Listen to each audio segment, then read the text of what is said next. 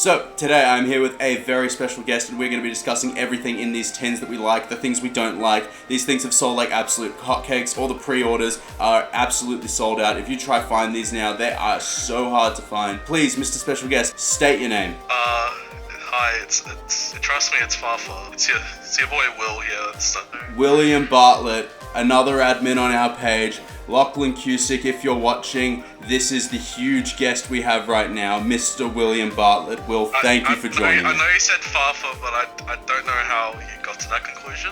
One day. But Lachlan, right now, we have Will. Now that the formalities are over with, we're currently looking at the 2010 tin of Lost Memories. This is the set that has the ever so hyped Red Eyes Dragoon to support Dark Magician and Red Eyes. We've been told that we've got a double up now, actually, of the Ultra Rares and the Super Rares. With your tin, you will be receiving your 3 Secret Rares, 6 Ultras, 6 Supers, 3 Rares, and 36 Commons.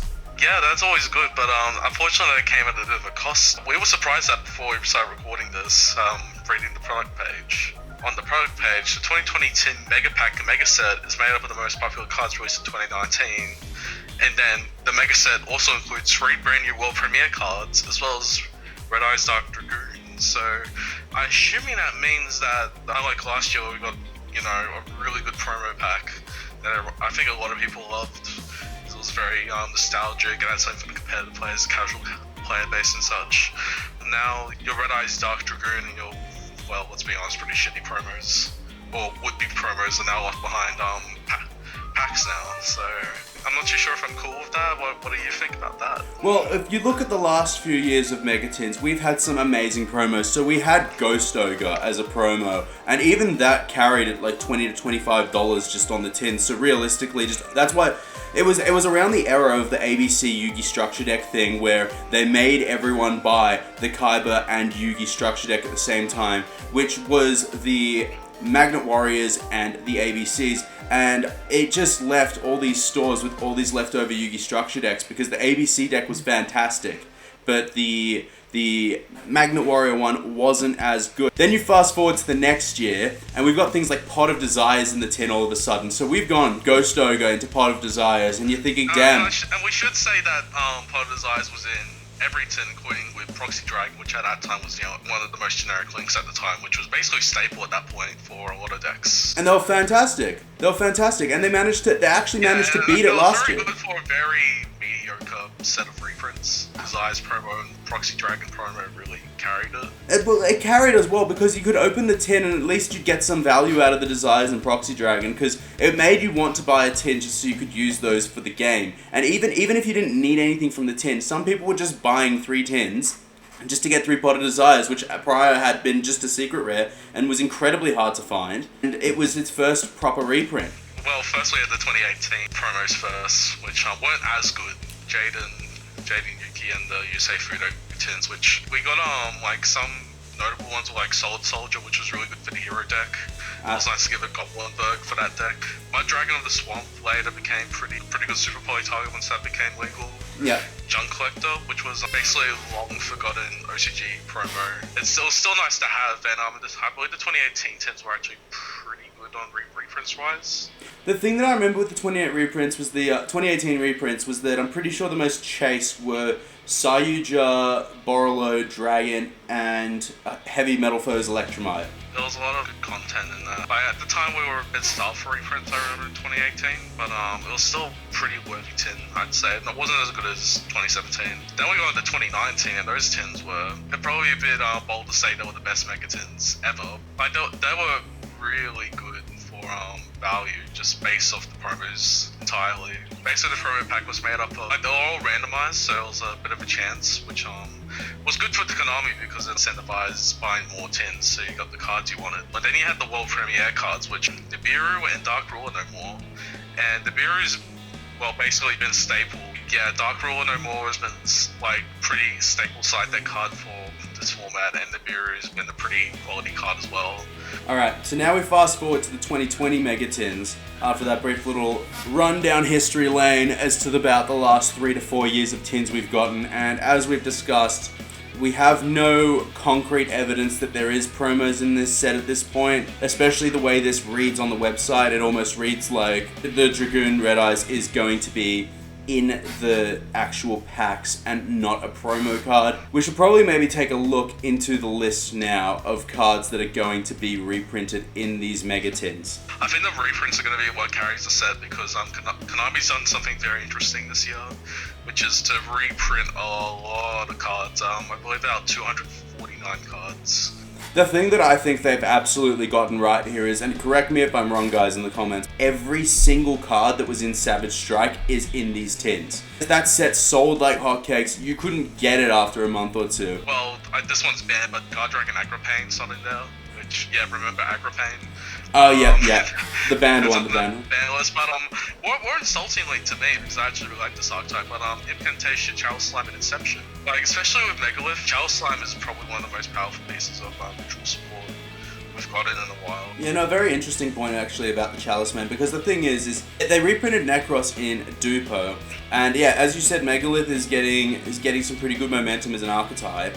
It only made sense that they supported these Ritual decks because Ritual has always been dealt such a heavy hand in this game, in any form of metagame, especially since Necros, because Necros was particularly busted. When Necros came out, they broke the rules of Ritual summoning pretty much. Like other Ritual archetypes, they kind of always had that unfortunate downgrade of having to tribute monsters, probably lose card advantage, but with the incantations, they only provided consistency, but also provided bodies on board to tribute off. Chalice Slime's probably one of the best ones out of them. Another question I wanted to ask you as well before we dive into this. Someone mentioned this on the page on Facebook, saying that they were hoping the Crossout Designator would have been in this set as well. It's more of a personal opinion of mine, but I prefer not to have Crossout Designator while in a combo format. I don't think combo decks need more ways to out hand traps. There needs to be some sort of balance. Just having free Cold Light Engrave and free Crossout Designator is pretty...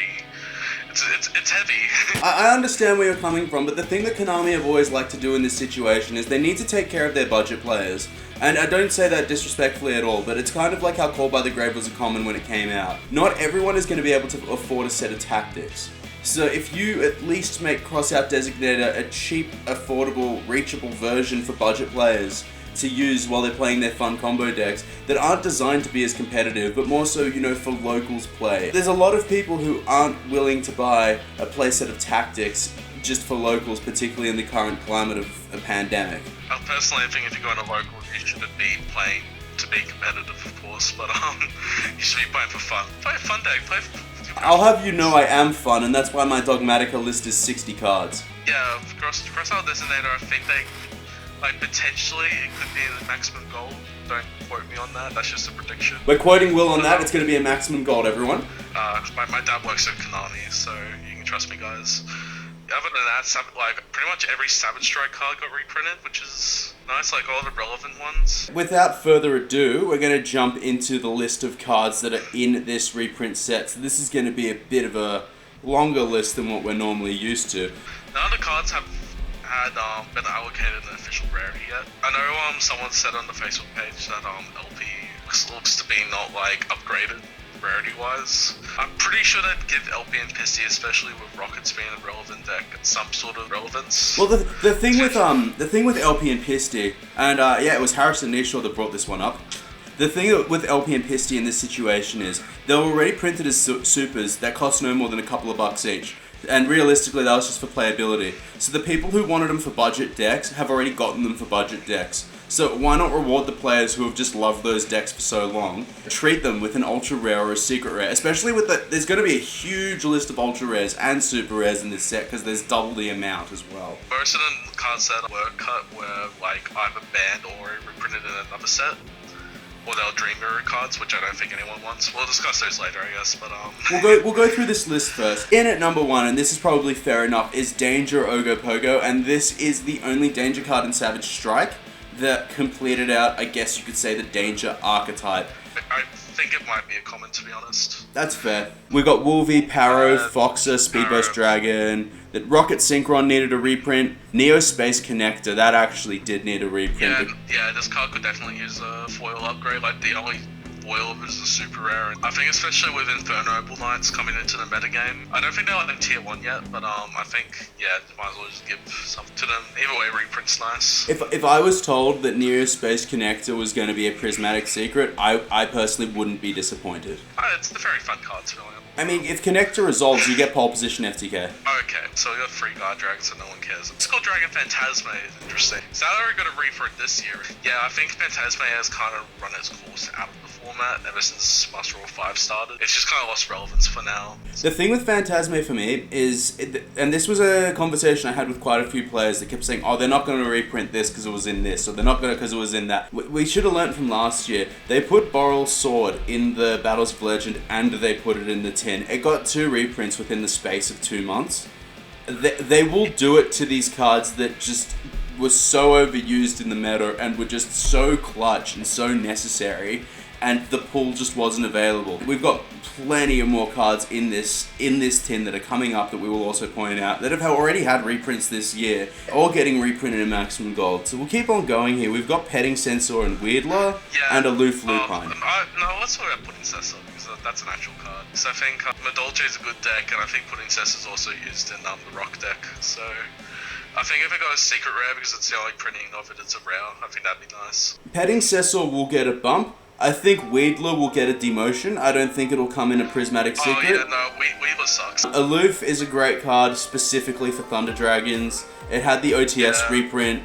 Realistically, I'm expecting it to be a common. I'd like it to be an ultra, to be honest. It's a very nice, I think it's a cool card. I think Banishing's always going to be part of the game, and I think Aloof Lupine's going to have a role in that. Here comes my favorite card of the reprint. And this one I'm expecting to be a prismatic secret. I'm expecting it to be a very chased prismatic secret. And that is Borrelode Savage. We've been waiting for this for a year and a half now. This was one of the biggest cards out of Savage Strike to need.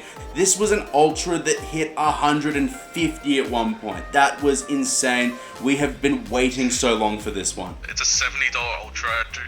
It feels like the set wasn't consistently printed. It felt like a Flames of Destruction. Flames of Destruction. Sort of situation where they kind of ran out of print, then all the cards just raised up to ridiculous prices. Savage was very long overdue. Yeah, this is a very good reprint, and hopefully it'll lower the price, but it'll still be very relevant, so don't expect it to be it'll definitely be in the double digits. I can't put it's like $70 now or something. We'll keep going. Quantum's a great reprint. We're going to look at the Guard Dragons, and we have Sunlight Wolf. This one was actually already reprinted in Battles of Legend Armageddon as an ultra. Yeah. If it's just got prismatic, I'd be happy because Yugioh happens to also be prismatic, so I guess that matches up. Solomon Great's kind of being rotated out of the format while all these crazy combo decks that just kind of more hand traps exist. Solomon Great's very stale at this point, but I think it's a good deck that budget players can pick up quite easily. And as we've touched on, we've got the Guard Dragons here as well. And moving on up, this is also going to be a big one, and that's if it's announced as a prismatic secret, and that is Heater the Fire Charmer Ablaze. I assume when you mean prismatic, you mean Starlight? It's not gonna.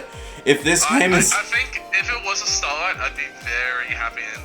Especially since there were Starlights in Battles of Legend, and they seem to be opening up to having Starlights and sets other than main sets.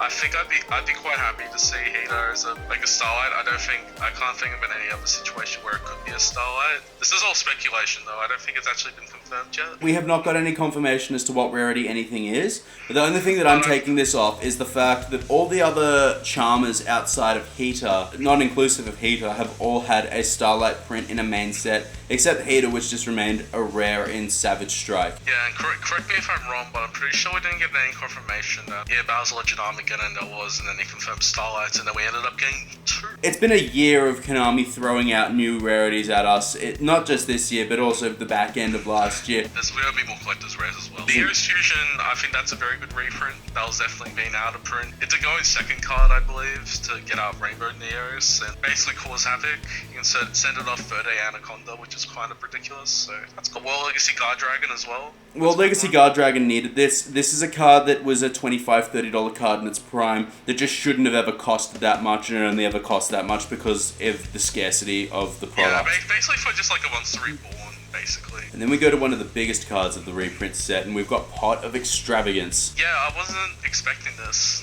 I don't think a lot of people were expecting Pot of Extravagance, considering that it already got its reprint in Toon Chaos. But I guess considering the low stock for Toon Chaos that occurred, with like a restock happening 2 months after the initial set release, I think another Pot of Extravagance reprint is nice. I have my fingers crossed. I'm really hoping that this is a super rare, and I will tell you why. We had a secret rare print of this card. We had the ultra rare print that also had the collector's rare, right? There's no budget version of this card, and we need a budget version of this card. Like Desires, I know it's been around longer, but you can get it from common all the way up to ultimate, and including collector's rare. Pot of Extravagance, every single copy of it is still at least $60. So I want a version of it that is going to at least make players not have to fork out $60 a piece on this card. Yeah, I agree. I think just for budget reasons it should be either Ultra or Super. Every pack has like 2 Ultras or Supers, so just have that extra chance instead of relying on the one prismatic spot. Because there's so many good cards in this set that could be a prismatic secret. This one could be one, but it just doesn't need to be one. I do have some theories on like what they could be trying to pull, but we'll discuss that when I get up to those particular cards. Okay, so you got 2 random Succession, Witcher Strike, I don't really care about. Super Anti-Kaiju, I don't really care about. Time Thieves, no one should care about. The Valkyrie cards, no one should care about. Oh, here's an interesting one, Guru. I believe that's only had a common printing. No, he's had an ultra printing. He's been ultra before already. Oh yeah, has he been ultra? Yeah, in last year's Battles of Legend, he's been ultra. He could be prismatic. Korribane is one that's been well overdue as well. Even though Light Stage is at 1, pending to go at 3 at any time possible, I guess. Korribane's always been a very good extender. That's been very easily searchable, and Korribane was like hitting ridiculous prices, if I recall. Korribane at some point was upwards of $30 to $40 a piece, and that I'm pretty sure that was around the Orcus combo because Light Stage was full combo when Mermaid was still legal. Oh yeah, but still Korribane's a very good extender just to get a free summon. Like you don't even have to play like, you know, the Cantina, I believe. You can just summon it when you control no monsters. So it's pretty free. Alright, and now here's another good one. We have No Material. Shoutouts to Lachlan Cusick. Yeah, it's very nice that they're still continuing the trend of printing TCG exclusive cards. This card's very specific. Like, it'll always still be pretty good. I don't think it'll get the secret treatment. I think it might have I could even say it as like a common, to be honest, because it's like not, you know, that amazing. Don't tell Lachlan that. Next one that's very noticeable is Brotor. That's a good card. We've got the Italy as well. No one really cared too much about that. Italy, fuck Italy. But Brotor's pretty cool. Brotor is pretty cool, yeah. It's needed it too. You know, classic Dragon Link card. Just get it out. Exactly. There's something else to say about it. It's just a good card.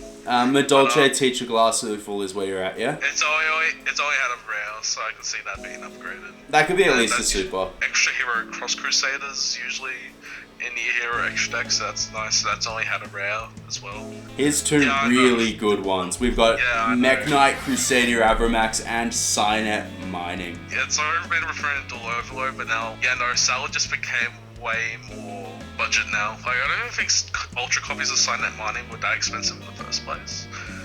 No, they were about like $20 each, and even then, once they came out, they actually pulled the secrets down to about $25 each. I think this third reprint will make it very easy to get. They could actually effectively take out the pricier copies by keeping this as about an ultra rare of sorts. It doesn't need the prismatic treatment. I could see it as a super. I could see it as a super as well. Took the words right out of my mouth. I could see it as a common as well, but I don't think. No, Avramax though. Avramax is a very good one. I don't think it sees so much play nowadays because Access Code Talk is really good, but like if you can't afford Access Talk, Avramax is a pretty damn good. Avramax reminds me of how people who play Waking play Ultimate Falcon because so many decks can't out it. The thing with Avramax is the formats it's good in. There's just some decks that just cannot beat this card. I always summoned it for some Sky Strike when I was playing Salad. Nationals 2019, yeah, remember events? Oh yeah. Then we got another 2 here that I'm interested in. Fusion Destiny is probably one of the best hero cards to come out. It's a one-card OTK. Well, yeah, and it, just to send malicious automatically has been insane to me. Yeah, it's really good. Monstrosity, I think, could become very... Actually, not really, because it was banned, but Monstrosity is still a very good card, regardless. Well, Monstrosity is still very good for generators, which is still seeing play as random as that is. That's true. I didn't forget about generators. They're on the low key, getting pretty good, and they're not. They've got a very, very good field spell. It's a very, very good locals deck, that is a couple cards of support away from being a very, very good competitive deck. Then we got like one of, I think to be honest, it's another big one. A lot of people are predicting to be pretty high rarity, being Mystic Mine. Oh, I'm expecting Mystic Mine to be a prismatic secret. I would expect everyone's favorite card, Mystic Mine. Oh, it deserves it. It's going to be at least an ultra. At least. There's no way. Mystic Mine's, I think it's probably one of the top 10 2019 cards because it's so mind-boggling. You just have to ask Konami what the hell were you doing when you were making this card. I think for burn players it should be common because burn players don't deserve good rarities. And it was also hard to get. Like, I remember opening boxes of Dark Neostorm and I pulled none. Well, it's because Dane's such a garbage set, so... That's true. Then we got another card that I can see being the Prismatic being cracked down. Yeah, one of the best traps of last year. It's such, I wish I could play it, but it's just a trap card. I always wanted to play it in Salad, but I just never had the space because I just bought it and crackdowns a little bit. What else do we have on this list? I'm scrolling down at the moment. Cherubini. Cards that you shouldn't care about. We got Cherubini. Yes, Cherubini. I was afraid they weren't going to reprint this card, but thankfully they did. This one I can almost guarantee will most definitely not be a prismatic secret, because Dark Neostorm is still available on the Konami side, and stores still have much of it, and we all know how much first BA stuff goes for. It is one of those decks, it's going to be sitting in the category of Mermail and Lightsworn, where people will want to max their BA decks perfectly as well. That's why BA players are still frustrated. Beatrice is only in gold. This card cannot be a secret rare, and even if it is, though, the code will make BA players not really want this card. Even like not as like a BA card, but as a combo piece because it's really generic. Like I've seen this feeling like a prank kit combo, for example. Hopefully this card gets a lot more available because this is basically a combo card. I can see a lot in the future. It's cool for the combo card, so that's why I say we keep it as an ultra, and to respect the BA players. Let's not make it secret. Oh, this one needed it as well. Memories of Hope. This shot up to about $20 a piece. It sucks though.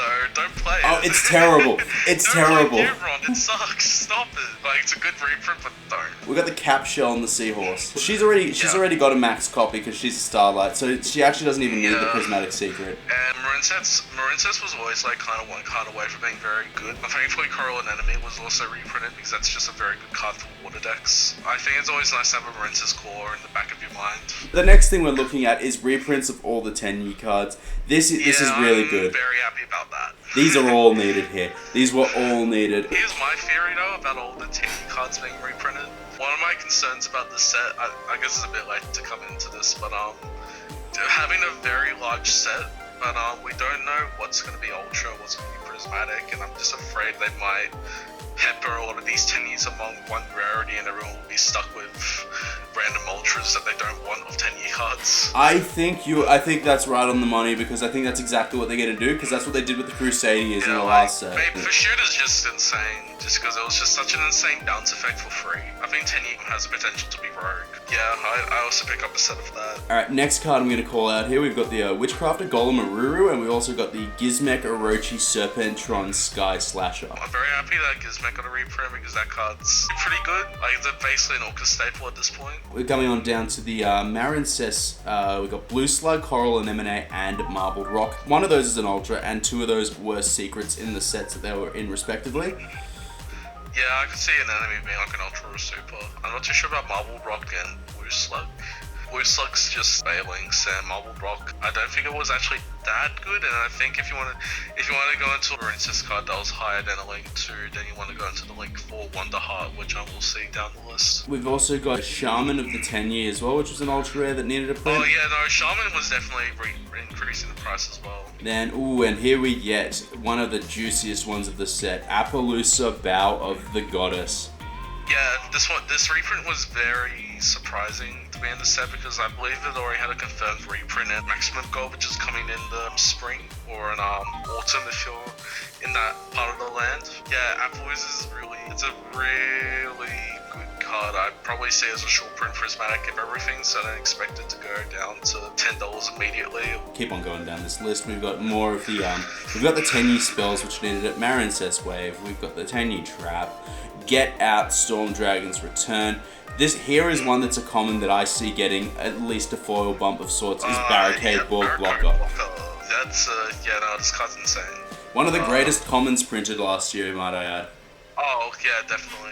I can see it having a very high printing. Just the ability to just get a free discard for free is always nice. Just discard just one because. Yeah, just because. Just because. I don't know. I feel like sometimes Konami just makes cards where they don't really think about it. Just like, okay, we're gonna have the pack filler, and then when they actually print it and they see it actually being used in decks, they're like, oh fuck, that wasn't actually meant to happen. There's only so many darts you can throw at a dartboard with a blindfold on that one has to eventually hit the bullseye, right? Yeah, essentially. The next one that I want to point out, I'll give a shout out to White Howling. That's a cool card. One next one is Romulus. Romulus is actually a confirmed prismatic secret. Reddit has leaked this one. As a prismatic secret, it's very good because Romulus is a very good card for Dragon Link. There's a lot of new Dragon Unity support as well coming out. That's pretty damn good. I think they're getting their own structure deck, I believe. Getting some main deck support in Phantom Rage, I believe. So yeah, it's pretty good card. So I'm going to reprint as prismatic.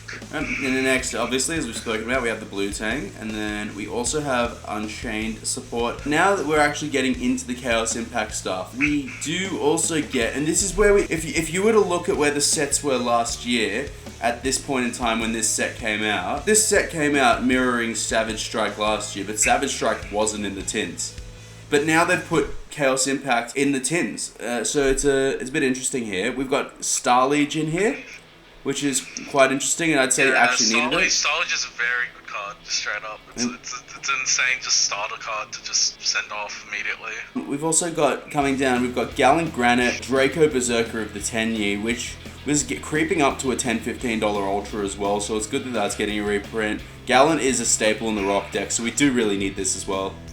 Yeah, Darkfoot no one cares about, Pro Phoenix no one cares about, let's be honest. Wonderheart I could see being a very high rarity, to be honest, because it's a very good card from Runencest, but I don't know how much they want to promote it. The next one I wanted to call out is Unchained Links, but specifically Unchained Abomination. Oh yes. Since that card is a really good, surprisingly good generic sort of card. Yeah, you wouldn't expect it, because it's an archetype specific card that can be played in so many decks. This was insane in Lunalight. Oh, insane in Lunalight. I think you can play in the Rocket deck. It also had some uses in Thunder Dragon as well. 2+ Link monsters as well. In Thunder, that's some Summoner and your Phoenix as well. You just pop a back row and go into Abomination. The next one I want to call out is IP Masquerena. That's going to be a good one. I think that's self-explanatory. Just IP Masquerena is just the combo staple at this point. That'll probably get prismatic. Yeah, it's just insane. It's like I sent a friend a video actually 2 days ago when I was testing out my deck online. I actually, for a meme on DP, I made a Sayuja with 4 different monsters with an IP on my opponent's turn just to draw a bunch of hand traps. I mean, that's a valid use of IP. I'm trying to think of an example of like a link monster, like other than Napo. You can link summon and then like your opponent's screwed. It's anything that has an effect on summon. So you're looking at, or even quick effects. You're looking at things like Zeroboros, your Nightmare packages. Next one we have is Abominations Prison, which was that's just a good Unchained card. That card was unjustifiably expensive at the time, so it's good that it's finally getting a reprint. Gladiator support, Spiritual Marincess. Where is our next notable? Desert Locust. We could see a rarity bump on that one. That one's actually not that bad. Yeah, I guess, but... Alright, fine. We'll go to the next notable. Fuck Desert Locust. Striker Dragon. Fuck Desert Locust. Fuck Desert Locust. We're going to Striker Dragon. Yeah, Striker Dragon's insane. It's a Link 1. Why do I keep making Link 1 cards? Good card, thank God. It was raising up too much. So I remember one time I was offered to buy a bunch for like $5 each, and I was just like, nah. Oh, same. I was like... Shout out to Kojang. Yeah, pretty much. That could have been really funny, but yeah, thankfully we rejected the offer, and the rich get richer, no justice. No justice. Shout outs to Lachlan Cusick. We have the Draco Masters of Tendi. I love this card. This card has such utility that it just is very unspoken, and I'll tell you why. Its arrows are phenomenal. And it's a 2+ monsters Link 3. Up until before this, it was Zephyr Metaltron was the last Link 3 that had arrows like this, but but they all had to be extra deck monsters. This is 2+ of anything. This card is generic. This card is so good for setting up a Rescue Ferret combo as well, because you just have the 3 zones so easily, and it's just so splashable. It will most definitely see play in those kinds of combo decks with Rescue Ferret Degeneracy. Yeah, it's also a good 10-year card, by the way. Yeah? Yeah? I guess. I guess. It's something that we weren't expecting, which wasn't confirmed in the tins, I believe. Instead, including cards from Savage Strike, Dark Era, Still Rising Rampage, and Chaos Impact, and then they put and more, which was like, But then we found out, they just reprinted all the relevant cards from Infinity Chasers, which when that set came out, it was a pretty rubbish set, to be honest. Just because none of the archetypes in there were very, good at the time. All of these archetypes have gotten more support over the time. Where I think stuff like Witchcrafter has a lot more potential now. Like Fortress Megaclops was raising in price for Neuron support. Well, Fortress Megaclops is a very good card. People didn't think it was going to get played, but it is getting played, and it is very good. The Infinitive Track short prints, Harvester and Anchor Drill also get reprints, so that's fine by the name. Then for Witchcrafter, you got Madame Foray and Creation, which were the two short prints. And I think they might be getting more support eventually, but yeah, or they might have already gotten support, I just didn't notice. But, I'm still not sure on Witchcrafter. To me, it's the same as Dragon Maid. I'm not sure if it's going to be broken one day or if the cost is just all waifu tax. Yeah, it's a very interesting deck. I think they overbalance it a little bit too much. Because the gimmick of the deck is that all the spells you can add to your hand, but only if you didn't use that spell this turn, so it's a very, very slow deck. Then we also get the Evil Eyes, which is, I think was very necessary. I think Evil Eyes is basically another Trickstar style archetype in design. Well, people didn't realize this, but Surzial actually creeped up to about 40 a pop at some point. No, that was super short printed because it's very cool. Just have a card that's able to target a special summon monster and not just destroy it as a quick effect. And we got, I don't know if this was I don't know where this came from, but Magical Eyes Fusion, which I find a bit odd. Yeah, I don't know how that got in there. I know it's for Dragoon. Yeah, it's for Dragoon, that's what I was about to say, but I find it a bit of an odd reprint, but I guess it's fine. And now we hit the 3 world premiere cards. Yeah, we'll talk about them. So I think overall the world premiere card should not have been more Blue Eyes and Dark Magician support, because it's just no one cares about those decks anymore. They're I just wish that Konami would stop shoving DM anime down our throats constantly. Okay, now it's probably good that I have played Dark Magicians before. I played it a fair bit. Same actually. Man. We all played Dark Magicians before. We didn't play it well. I mean, to be fair, everyone should have at least had a go with it with all the commons and rares we got out of the Magical Heroes set. But realistically, Successor Soul is actually a slightly better Magician Navigation. Not even slightly, it's a significantly better Magician Navigation. I'll tell you why, because the only thing that's difficult about it is it's not searchable in the convention that Navigation was. But if you normal summon your Rod, you would have to have had a Dark Magician in hand or had the Quick Play spell to get your Dark Magicians to hand, because you need a Dark Magician in hand to actually resolve Navigation, whereas Soul lets you summon it from your deck by tributing the Rod that you would have summoned anyway. So you get to summon it straight from the deck, and it also sends a card. And then if you have Circle out, you also get a Banish. So that's a really, really cool interaction. So in Phantasm Spiral as well. That was gonna be my one joke for this card.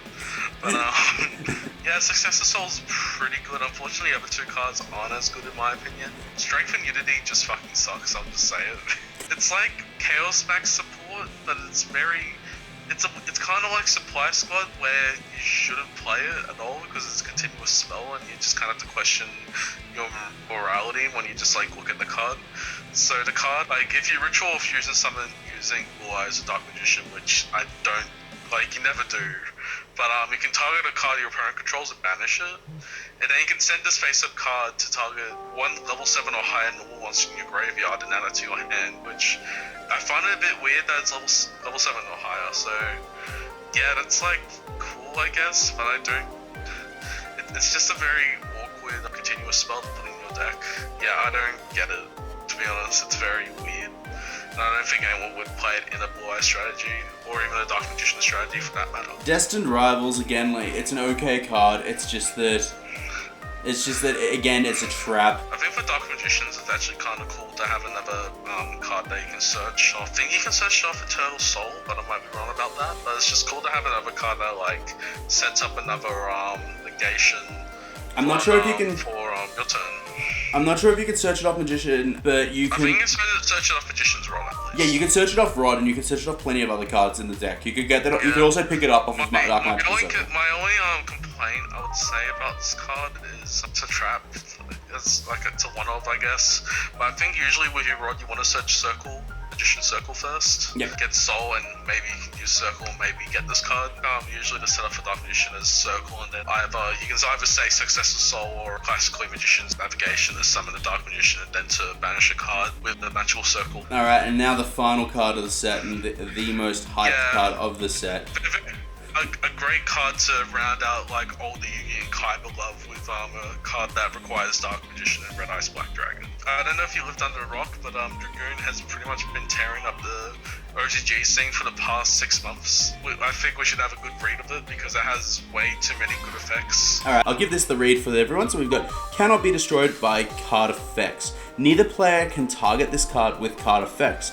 During your main phase, you can destroy one monster your opponent controls, and if you do, inflict damage to your opponent equal to that monster's original attack.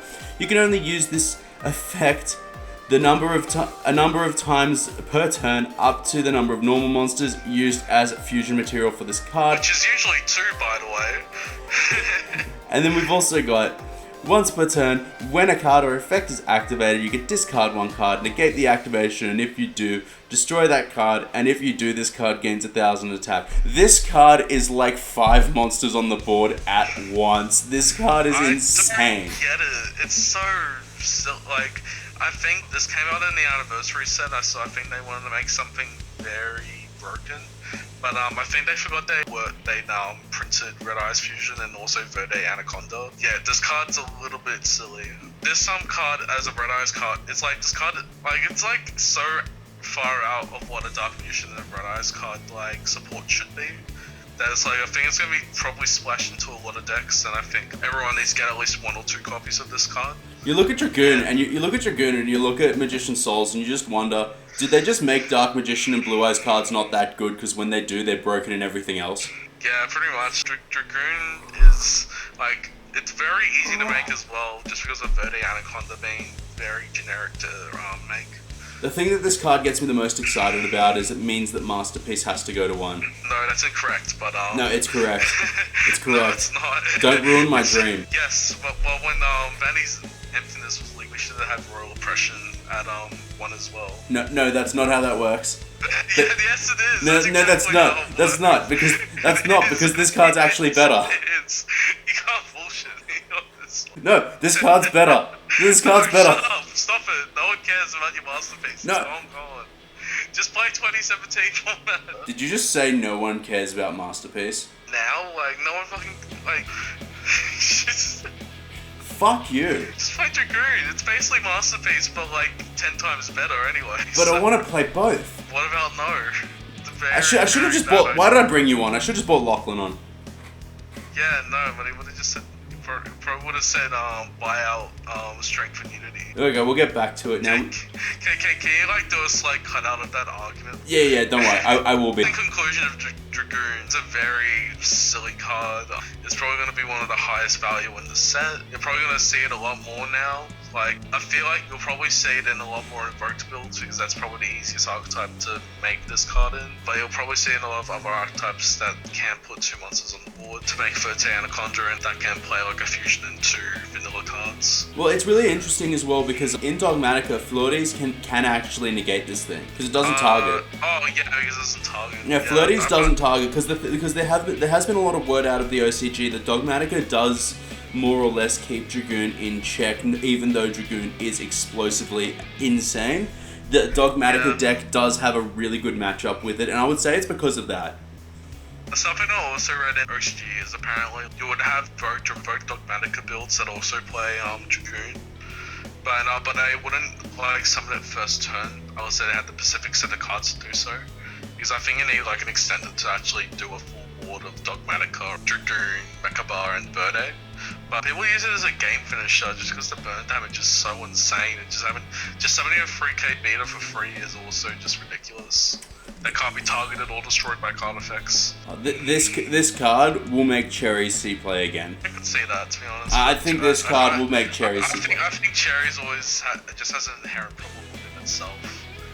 Anyway, so it's like whatever. Well, the thing is, everyone's going to be playing this. Everyone's going to be playing it. Yeah, I think to an extent.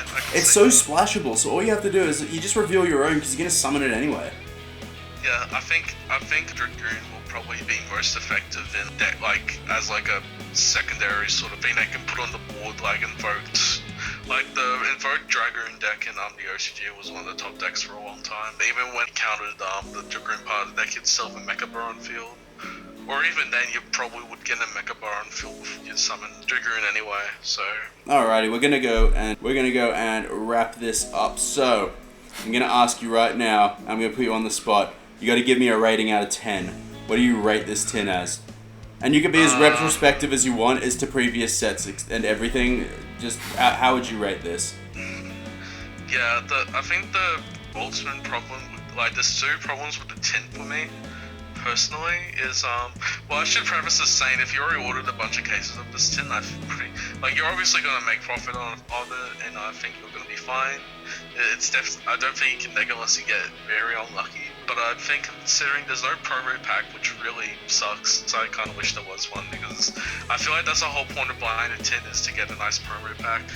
Just to be like especially when you're a kid and you just get a promo pack of like, say, Destiny Hero Plasma Secret Rare, you're like, oh, that's cool, and then you just get a bunch of packs. But now it's like you basically just get a glorified free packs that are packed inside a tin, essentially. Another problem with the set, of course, is that the set size is astronomically big. Even though they put 2 ultras and 2 supers now, I think they're gonna put all the chase cards as prismatic secret rare. Like, you only get 3 per tin, and that might be a good amount of them. Konami does this to, cover up short printing, to be honest. Like, we always pretend Konami's a little bit gracious sometimes, but their ultimate renovations. Well, there's a bit of give and take in it. Like we were given so much in this tin, stretched as far back as it normally should, and further beyond where it normally should, especially with side set stuff, and that's fantastic. But at the same time, that's also just filling it with crap we don't need. In the 2019 tins, we also got reprints of Dark Saviors. Contain a couple of Vampire cards, a couple of Fahaya cards, a couple of Sky Striker cards, which was... The Infinity Chaser set isn't like, a Dark Saviors. Like, Dark Saviors was... I think it has been one of the most successful deck build packs out of all side sets to come out in recent memory. But like, Infinity Chasers is a very flop set. Unless they print a lot of them as common, I don't really see a lot of it being too relevant, and I can just see them as being like sort of filler. I just have to give it a rating. I feel like a 6 or 7 out of 10. It's probably fine. I think it's still a very good reprint set. A lot of surprises. No promo pack, and I feel like Konami's trying to cover up some secret printings by putting in a lot more cards than we need to make a very bloated set. Like, of course you should. I think buying the tin or free is fun if you're going to your local game store. Well, I mean, even if you're allowed out right now, stay in if you have to. Unless if you're already out, then I don't know, go for it. But what the fuck does that even mean? No, I'm just saying, like, don't. Okay, like if the pandemic's really bad, don't go out to buy Yu-Gi-Oh packs. Is all I'm trying to say. If your country's fine, or your state's fine, you have locals usually. I think buying one to two free of these tins are good to support your local game store. But I think you should probably stick to the singles for the chase cards in the set. I would never open this tin to pull Napalooza, because it seems like a bit of a pipe dream, to be honest. It seems very difficult to do so in the first place. Hopefully Dragoons is easy to pull. It's been confirmed as an ultra, so I don't know, good luck to people, and hopefully any dreams that were crushed in this tin will be made up in maximum gold, so 6 or 7 out of 10. That's fair. In fact, and I was actually thinking about the same. I was thinking around a 6.57 as well. We've got a lot of fantastic cards in here. We've got more than we normally have, which also causes a problem as fantastic as it is. We don't have promos, which is unfortunate. The world premiere cards were supposed to be as good as last year's. We were already skeptical of the fact that they were trying to say that they could match Nibiru, Dark Ruler, and Shifter. They didn't. That's okay though. We kind of knew they weren't going to. People are still going to buy this. I think in terms of making your money back on this set, in case you were buying it for that reason, I think 2 to 3 cases is a bit of a gamble, and I'm sweating when I say that because I have some on the way myself. I could see if you bought cases in the 10s, how this set could be more profitable, and that comes down to more vendors and such, because if you open a large amount of it, you could see a bit more consistency, whereas if you're opening just a couple of cases yourself, that you are at the mercy of possibly getting the rough end of the stick in one of your cases. Similar to how Rise of the Duelist had a couple of really rough cases that we could see, because some people would pull Godly and some people pulled the opposite of Godly. I think it's still, this is all speculation. I'd go up to an automatic 7 if there's a Starlight in here, Starlight Heater, or maybe even an 8, just if they put a Starlight in here, that'd be nice. But yeah, it's all speculation, but if they do that, I'll raise it up to a 7 to 8. If we get a Starlight in here, I'd be happy to say 8.5 or a 9, and I'll tell you exactly why. If we get a Starlight in this set, it would be the first Megatin that actually has longevity and value beyond its current gameplay in the meta. Because realistically, all the tins drop to shit after 6 to 8 months because the gameplay just changes. There's new decks that come in that are better than old decks, ban lists get updated. So realistically, if we can get something that you could see these tins on a shelf 3 to 4 years from now and still think, damn, I want to go and get that because I want to pull this chase card, then that's already doing something more than the previous tins were ever doing. Definitely, I think starts are usually pretty good for the game. Like, I'm always going to be like a Crusader for Ultimate Res, but yeah, I think starts is nice. They're kind of like a good in between for Ultimate Res and Ghost Res, in my opinion, just to give previous sets value. Like, I'm always going to point at Black Corn of Heaven as an example of like Ultimate Res bringing back value to sets that may have initially been pretty despised or not really bought or taken seriously. Alright, and I think that's going to wrap it up for us. I think we're done here, so thank you everyone for watching. Please be sure to follow us on Instagram, Facebook, and Twitter. We have got all those accounts flying, and you will see the links in the comments. Thank you so much, Will, for joining us. We've had a great time here, and we hope you've all enjoyed this little bit of a chat and a bit of a review of what we're seeing in these tins. We do think they're good. Great is a bit of a reach, but we do recommend go out, get yourself a couple of these if you can. Otherwise, order them from your local game store. Support your local game store through this tough time. This is Fat Robert. Don't buy from EB Games like a pleb. What was that, sorry? Don't buy from EB Games like a pleb. I'm going to ignore that. We're going to get a dislike on this because of that comment, just saying. I don't care. Fuck it. Fuck it. Don't worry. Oh god, that's all. Oh yeah, I should say that. Yeah, hopefully I start making videos on this channel soon.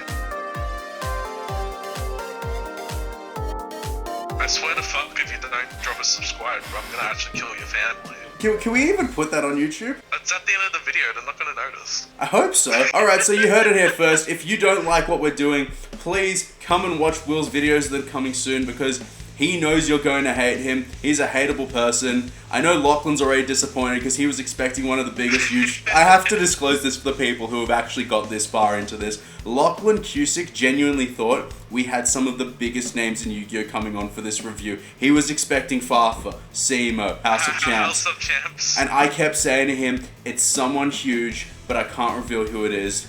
I hope you enjoyed this, Lachlan. I hope you enjoyed listening to Will. Thank you all for watching, and we'll catch you next time. Subscribe or I'll call your parents. I won't, but I'd appreciate it if you subscribe. I will. That's a threat. Never again.